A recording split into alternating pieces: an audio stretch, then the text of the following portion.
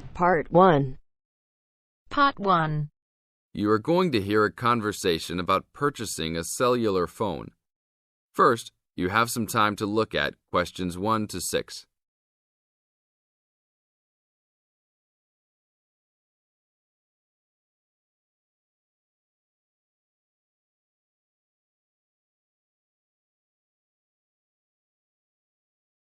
Now listen to the tape and answer questions 1 to 6. Excuse me, can you give me some information about purchasing a cellular phone? Of course, my pleasure. We carry all sorts of phones, from the most basic phones to very sophisticated web-enabled phones. I will do my best to help you find a phone that suits your needs. Thanks. I'm looking for 2 cellular phones, one for me and one for my son. I think I won't need anything too sophisticated, just your basic phone functions. But maybe my son will like something with more functions. Sure, well, let's take a look. So you have no preferences at all? What about the size or colour? How about the brand? Well, I don't really care what brand the cell phone is, but I guess I don't want anything that's too big or too small. I want a phone that can fit nicely in my hand and in my pocket. If it's too big, it might be too heavy, and if it's too small, I might lose it. Colour, I don't really care about either. Well, I don't want a pink phone. Ah, OK. So let's look for something suitable for a working person. How about this one? This one is the R55. It is black, not too big, not too small, all the usual functions. The best feature of the R55 is that it can be used worldwide, even in Europe or Asia. It looks good. How much does it cost? It is only $100. If you sign up for a calling plan, then we will give you a $50 discount on the phone. How old is this model, though? I don't want anything that's too old. This model was introduced into the market about 3 years ago, so it is a bit older, but be assured it will still work fine. Well, I think I still want something not as old. How about from last year? Any good phones from around that time? Yes, there are some. How about this one? It's the new model of the phone you just looked at, called the W55. Most of the features are the same. There are some new features on the W55 though. The battery will last up to 2 days longer, and the overall weight of the phone is lighter. How much is this one? This is selling for $150. If you purchase it along with a phone plan, then it will be only $100. Okay, I think I'll take this one. Now, I need to pick up a phone for my son. I think he'll want something more trendy, so how about a new model for him? Nothing too extravagant or expensive, though. This right here is the newest offering from the leading company in the cellular phone business. The phone is called the Rocket. It is well suited for teenage users.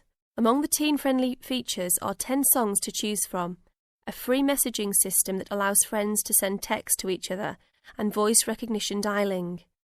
The thing most younger users like about the Rocket is that it has a screen that changes colours. All this for only $100 with a purchase of a 1-year phone plan. Sounds like something my son will like. Can I sign us both up at once? Yes, of course. Both of you can share one plan. You will pay only $50 a month for both of you to share a plan. That's it? Only $50 a month? Yes, that's all. Now look at questions 7 to 10.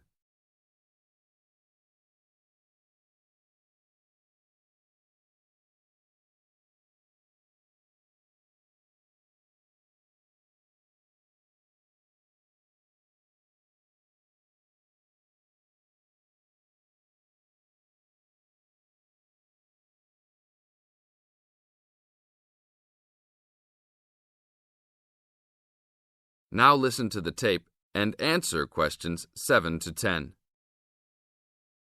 OK, I will need your information. Name and address, please. Richard Derek Jones. What's your profession? I'm an engineer. Address, please. 322 First Street, San Francisco, California. And phone number, please. 621-360-7601. Oh, sorry, that's the wrong number. 621-360-7610. How many phones do you want activated onto your plan? 2 for now. Thank you very much. Your phones will be ready in a minute.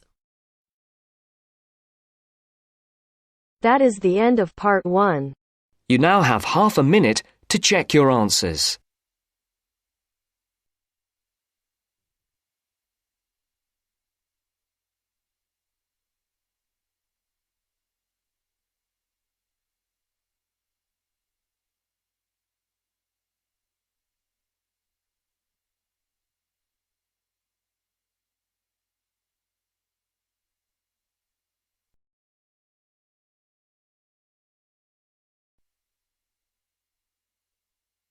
Now turns to part 2. Part 2. You will hear a tour guide welcoming a group of visitors to the British Library and telling them about the library and what they will see there. First, you have some time to look at questions 11 to 15.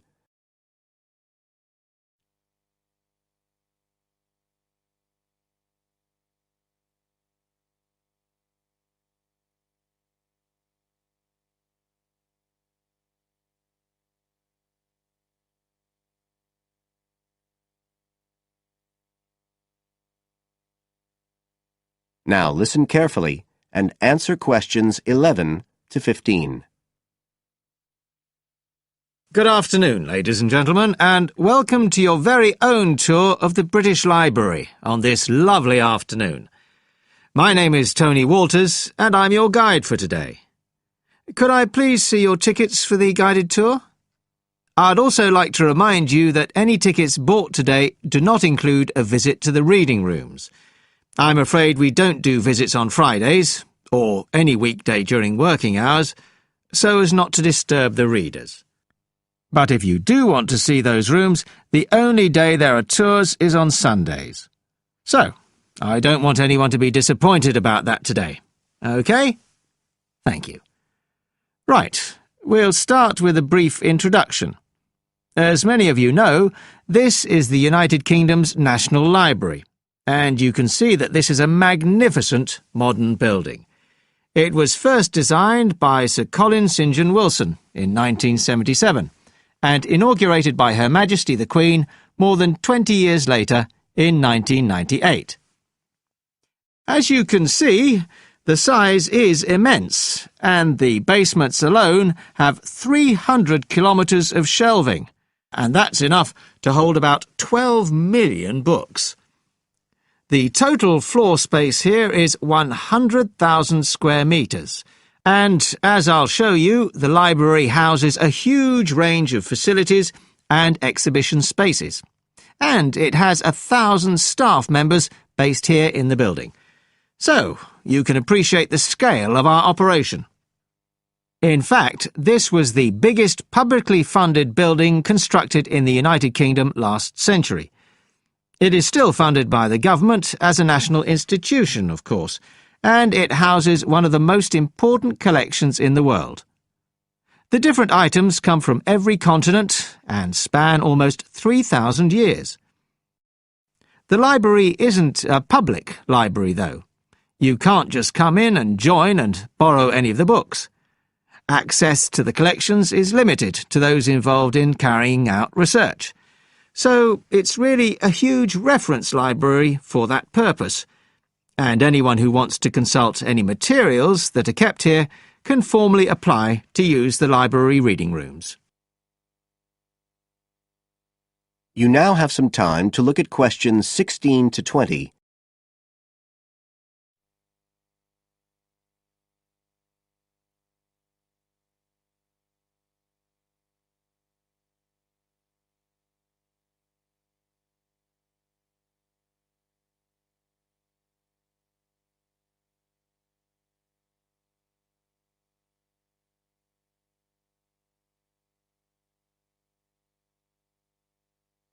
Now listen and answer questions 16 to 20.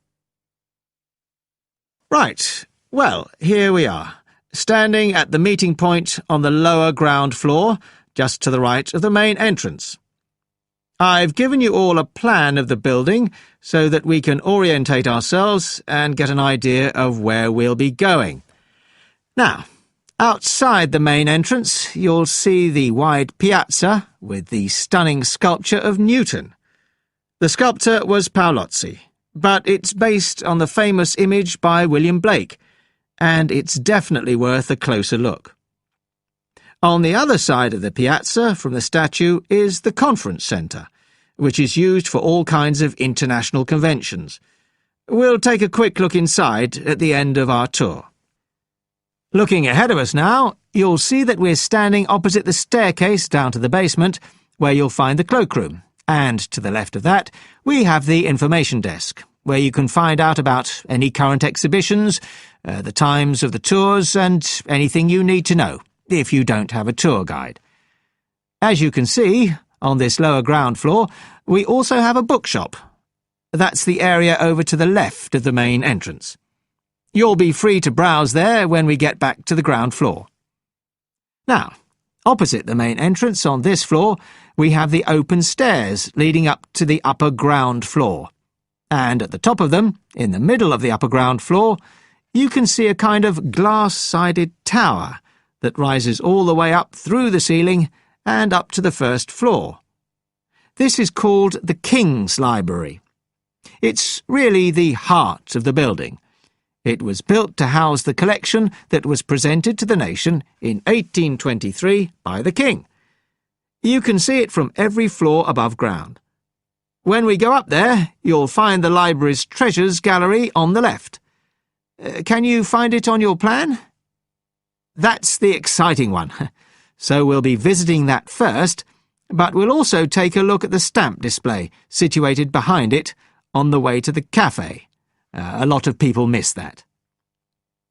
The cafeteria runs along the back of the floor, and in the right-hand corner you'll find the lifts and toilets. Always good to locate them. The other main area on that floor is the public access catalogue section, and I'll show you how that operates when we get up there.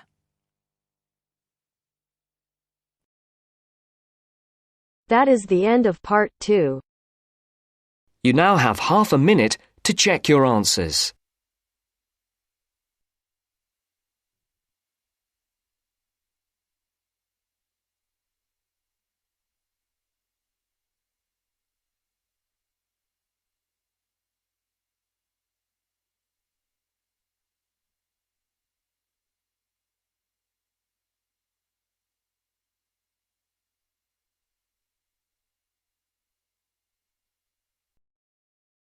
Now turns to part 3. Part 3. You will hear two conversations. Are based on the following conversation. The answer should be appropriate to the content of this conversation. First, you have some time to look at questions 21 to 25.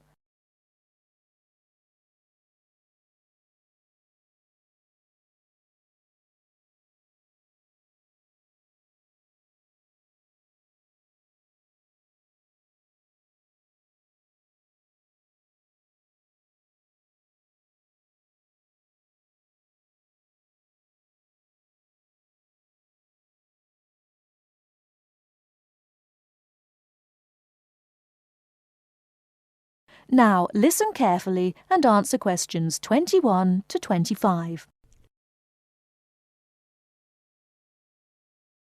Oh, hi Dave. Long time no see. Hi, Maria. I just settled down.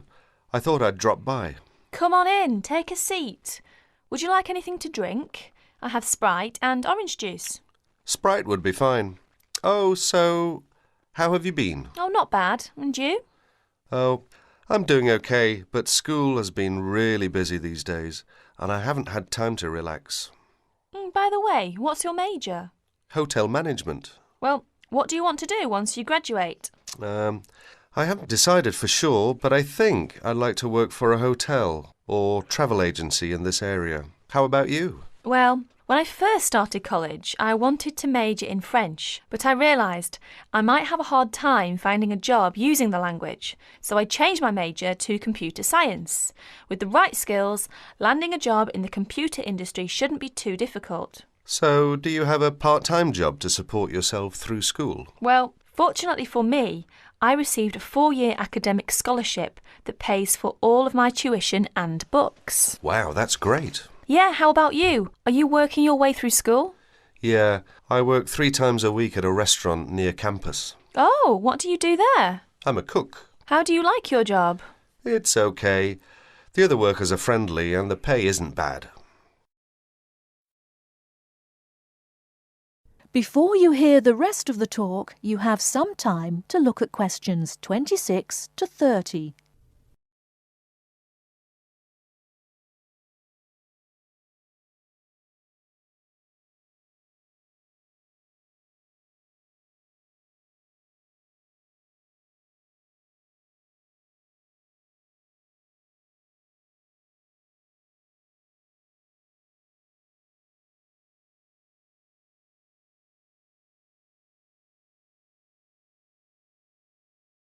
Now listen and answer questions 26 to 30. Several days later, Dave and Maria met on campus. So what do you want to do tomorrow? Well, let's look at this city guide here. Here's something interesting. Why don't we first visit the art museum in the morning? OK, I like that idea. And where do you want to have lunch? How about going to an Indian restaurant? The guide recommends one downtown, a few blocks from the museum. Now that sounds great. After that, what do you think about visiting the zoo? Well, it says here that there are some very unique animals not found anywhere else. Well, to tell the truth, I'm not really interested in going there. Yeah, why don't we go shopping instead? There are supposed to be some really nice places to pick up souvenirs. No, I don't think that's a good idea.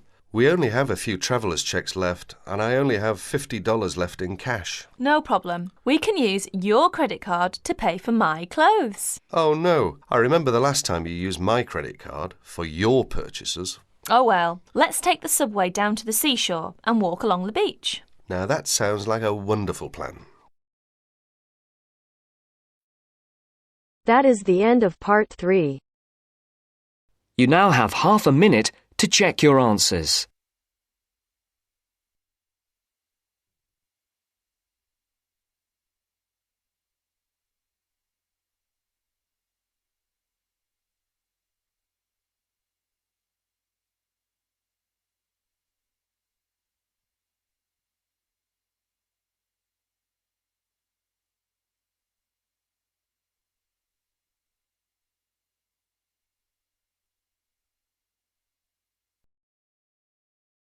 Now turns to part 4. Part 4. Hear a lecture on the research on teen brain. Now you have half a minute to read the questions 31 to 40.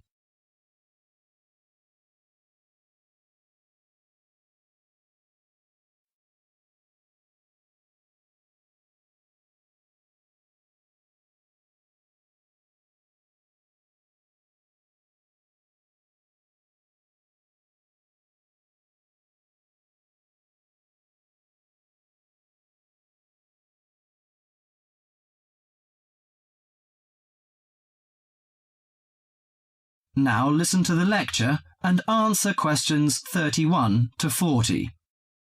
Today our guest is Joseph Parks, Medical Director for the Botany Department of Mental Health. He's going to give a lecture about the research on teenage brain.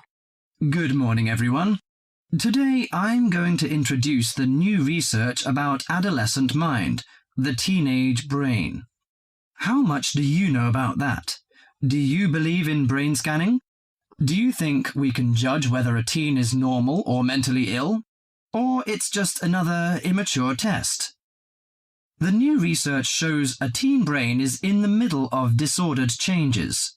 Those changes, scientists now believe, are so significant that they may reveal the mysteries of mental illness, explaining why some teens commit suicide, why others harm their classmates, and why some emerge later in life with mental disorders. The research looks forward to a day when teens could be tested for suicidal depression as easily as they are for heart disease. But there are signs that society and parents in particular would reject such a tool. Many parents question the validity of a mental health diagnosis. They fear that their children will be falsely tagged with a mark that he or she is abnormal.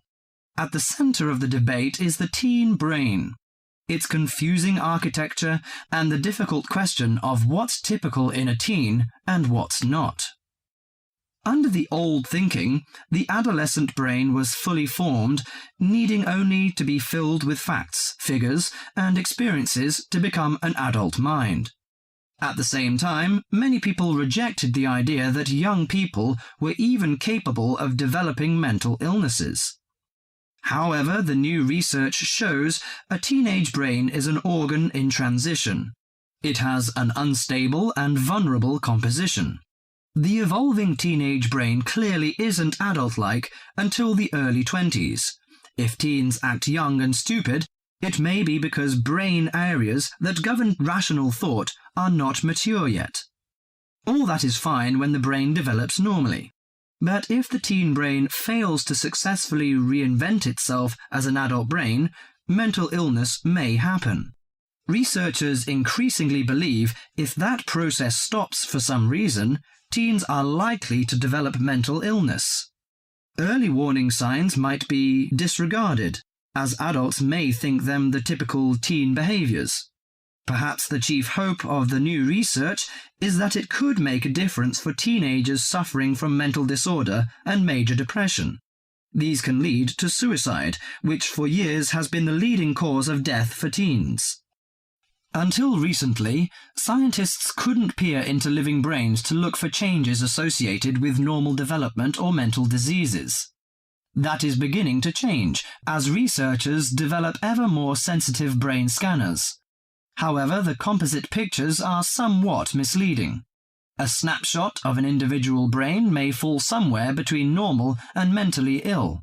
For now, psychiatrists and psychologists must still rely on interviews and observations of children's behavior to diagnose mental illness. That is the end of part 4. You now have half a minute to check your answers.